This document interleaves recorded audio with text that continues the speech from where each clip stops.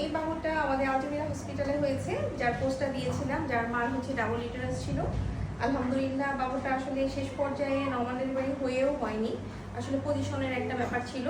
আমরা জানি সাধারণত যে যাদের ডাবল ইউটেরাস থাকে তাদের ক্ষেত্রে কিন্তু দেখা যায় পজিশনের একটা প্রবলেম থাকে, তাদের দেখা যায় মিনস্ট্রুয়াল হিস্ট্রিতে দেখা যায় প্রচুর পেইন থাকে, তাদের বারবার হ্যাবিচুয়াল অ্যাবর্শন হওয়ার চান্স থাকে, তাদের বেবি কনসেপ্ট না করার মানে ইনফার্টিলিটির একটা হিস্ট্রি থাকে।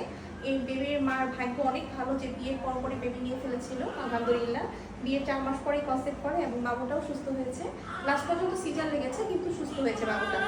ওকে, তো আলহামদুলিল্লাহ বাবু ভালো আছে। 2 কেজি 600 গ্রাম। বাবুর মা অনেক কষ্ট করেছে কিন্তু শেষ পর্যন্ত আসলে ওনার এই পজিশনের জন্য মানে হয়নি।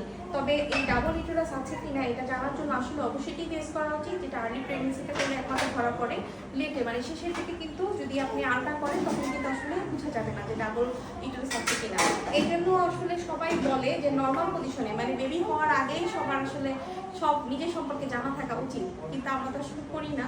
যদি করি তাহলে কিন্তু আমরা জানতে পারি। নর্মাল একটা ইসিজির ব্যাপারে অনেকে আমাদের স্যাররা বলতো যে আমাদের প্রত্যেকটা মানুষের সুস্থ অবস্থায় একটা ইসিজি থাকা উচিত, তাহলে আমরা বুঝতে পারবো যে আমাদের ইসিজিটা কি ছিল। কারো কারো কিন্তু অ্যাবনর্মালটা নর্মাল তার জন্য, কারণ সে জন্মগতভাবে ওরকম। তো আমরা আসলে আমার নিজেরও কোনো ইসিজি করা নাই, এখন পর্যন্ত করি নাই।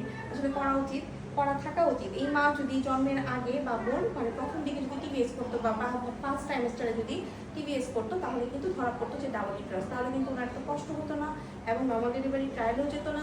তার মানে বাচ্চার মাধ্যম দিক থেকে কষ্ট করেছে, একদম লাস্ট মোমেন্টে গিয়ে ওনার সিজার লেগেছে।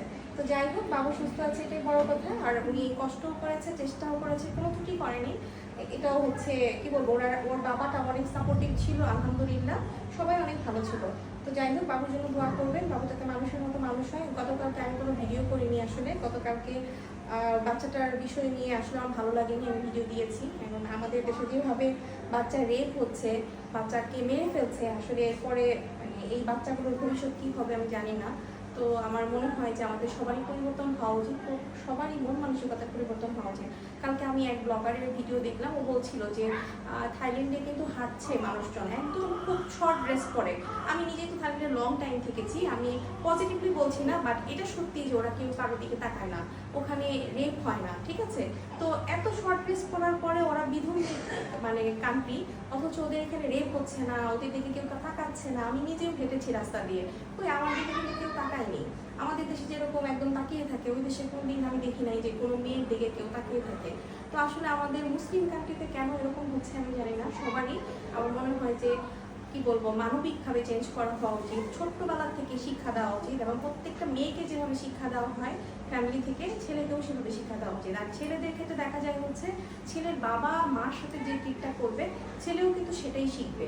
কাজে প্রত্যেকটা বাবার উচিত তার সন্তানকে সামনে তার ওয়াইফের সাথে খুব ভালো বিহেভ করা, এবং শুধু সন্তানের সামনে না, মানে সত্যি সত্যিই ভালো বিহেভ করা।